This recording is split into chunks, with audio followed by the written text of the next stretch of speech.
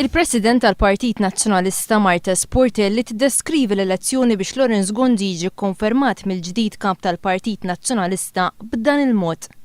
Fil-frattemp se jkun hemm ukoll l-elezzjoni ngħidlek tal-kap biex ukoll tikkonferma jew ma tikkonferma.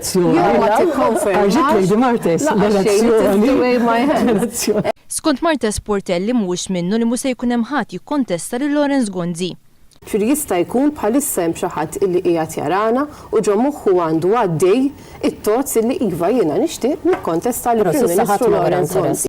Minkejja li kien il-Prim Ministru li ddeċieda u impona d-deċiżjoni li l-Parlament jiltaqa' biss meta l-membri parlamentari kollha tal-Gvern ikunu Malta, Marta Sportelli qalet hekk. Hawnhekk qed jintqal illi l-Partit Nazzjonalista qiegħed jikkundizzjona dak li se jiġri fil-Parlament, mhuwiex il-każ.